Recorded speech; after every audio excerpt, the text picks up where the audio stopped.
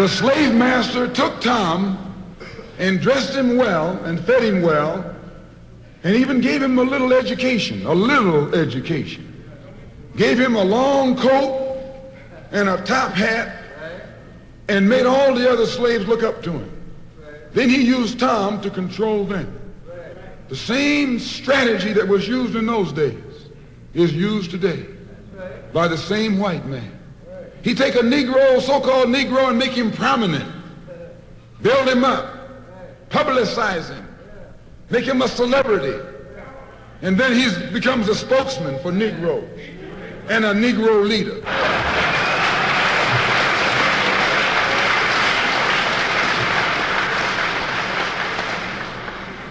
I would like to just mention one thing else quickly, and that is the method that the white man uses, how the white man uses these big guns or Negro leaders against the black revolution. They are not a part of the black revolution. They're used against the black revolution. When Martin Luther King failed to desegregate Albany, Georgia, the civil rights struggle in America reached its low point. King became bankrupt almost as a leader.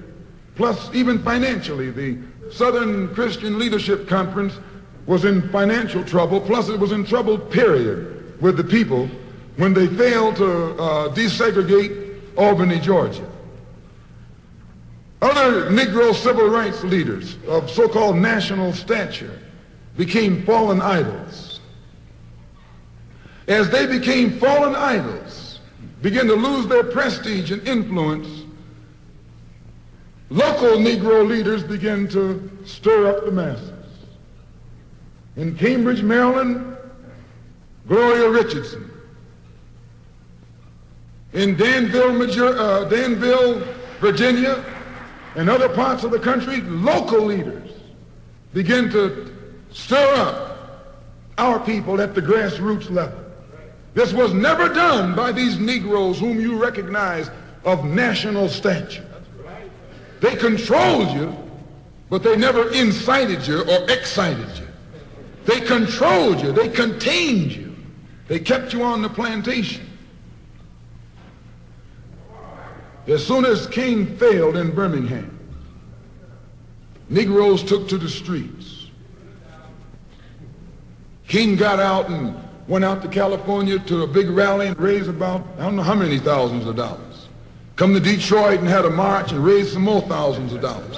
And recall, right after that, Wilkins attacked King, accused King and the Corps of starting trouble everywhere and then making the NAACP get him out of jail and spend a lot of money, and then he accused King and Corps of raising all the money and not paying it back. This happened. I got it in documented evidence in the newspaper. Roy started attacking King, and King started attacking Roy, and Farmer started attacking both of them.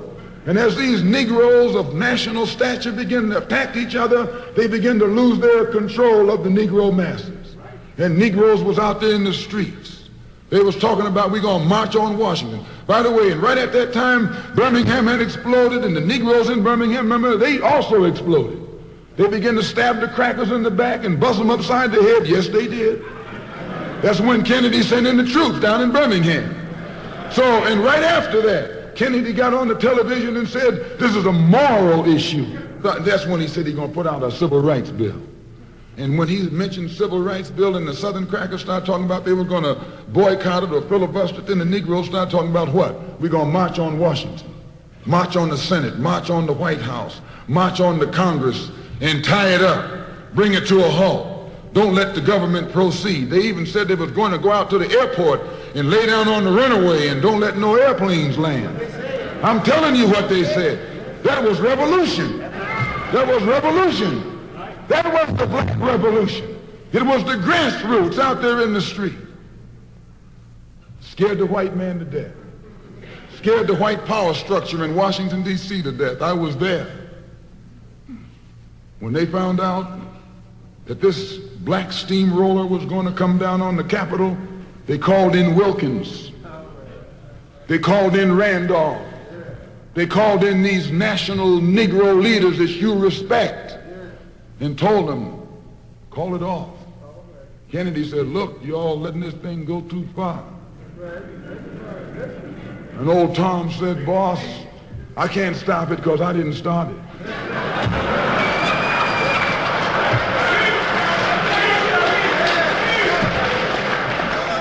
I'm telling you what they said. They said, I'm not even in it, much less at the head of it. They said, these Negroes are doing things on their own. They're running ahead of us. And that old shrewd fox, he said, well, if you all aren't in it, I'll put you in it. I'll put you at the head of it. I'll endorse it. I'll welcome it. I'll help it. I'll join it. A matter of hours went by. They had a meeting at the Carlisle Hotel in New York City. The Carlisle Hotel is owned by the Kennedy family. That's the hotel Kennedy spent the night at 2 nights ago. Belongs to his family. A philanthropic society headed by a white man named Stephen Currier called all the top civil rights leaders together at the Carlisle Hotel and told them that by you all fighting each other, you're destroying the civil rights movement. And since you're fighting over money from white liberals, let us set up what's known as the Council for United Civil Rights Leadership. Let's form this council, and all the civil rights organizations will belong to it. And we'll use it for fundraising purposes. Let me show you how tricky the white man is. And as soon as they got it formed, they elected Whitney Young as the chairman. And who you think became the co-chairman? Stephen Currier, the white man. A millionaire. Powell was talking about it down at the Cobo today. This is what he was talking about. Powell knows it happened. Randolph knows it happened. Wilkins knows it happened. King knows it happened. Every one of that so-called Big Six. They know what happened. Once they formed it, with the white man over it, he promised them and gave them $800,000 to split up between the Big Six, and told them that after the march was over, they'd give them $700,000 more. $1.5 million split up between leaders that you've been following, going to jail for, crying crocodile tears for, and they've nothing but Frank James and Jesse James and brothers.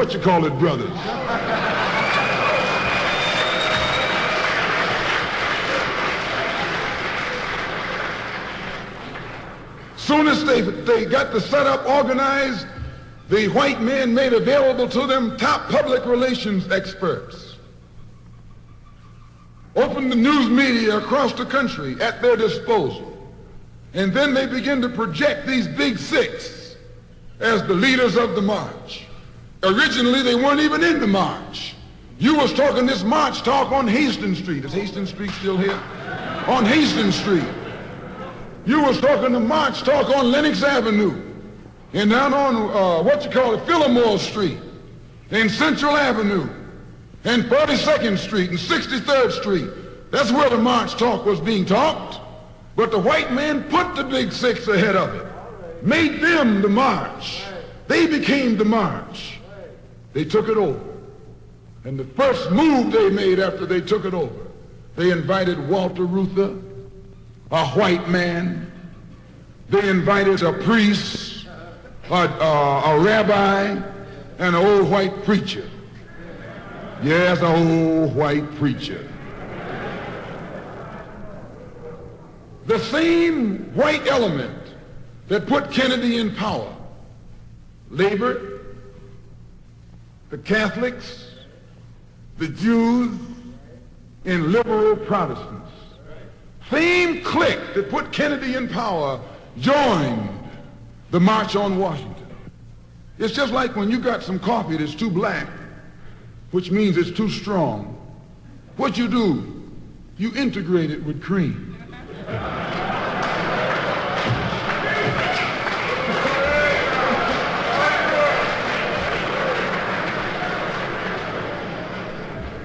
You make it weak. If you pour too much cream in, you won't even know you ever had coffee. It used to be hot, it becomes cool. It used to be strong, it becomes weak. It used to wake you up, now it'll put you to sleep.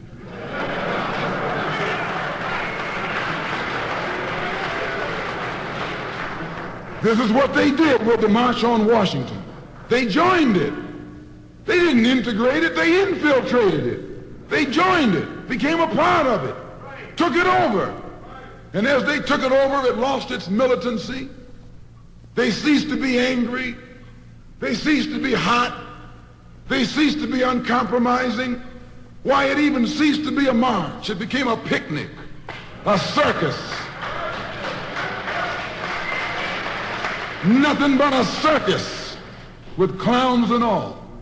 You had one right here in Detroit. I saw it on television with clowns leading it, white clowns and black clowns. I know you don't like what I'm saying, but I'm going to tell you anyway, because I can prove what I'm saying. If you think I'm telling you wrong, you bring me Martin Luther King and A. Philip Randolph and James Farmer and those other three, and see if they'll deny it over a microphone. No, it was a sellout. It was a takeover. When James Baldwin came in from Paris, they wouldn't let him talk because they couldn't make him go by the script. Burt Lancaster read the speech that Baldwin was supposed to make. They wouldn't let Baldwin get up there because they know Baldwin liable to say anything. They controlled it so tight, they told those Negroes what time to hit town, how to come, where to stop, what sign to carry, what song to sing, what speech they could make and what speech they couldn't make, and then told them to get out of town by sundown.